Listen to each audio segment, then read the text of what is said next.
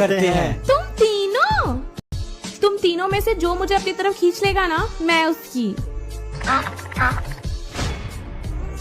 तुमने मेरा हाथ क्यों छोड़ दिया? वो मैंने देखा, मेरे खींचने की वजह से तुम हाथ में दर्द हुआ था, इसीलिए मैंने तुम्हारा हाथ छोड़ दिया। लेकिन जीता तो मैं था ना। नहीं, मुझे जरा सी तकलीफ हुई और तुमने मेरा हाथ छोड़ दिया। जिसके पास हाथ ही नहीं है वो क्या मुझे तकलीफ देगा? जिसके पास पैर ही नहीं है वो क्या मुझे लात मारेगा?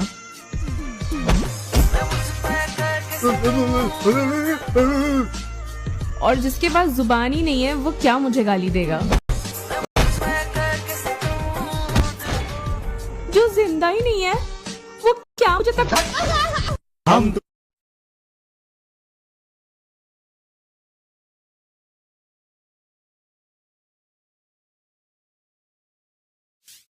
Madi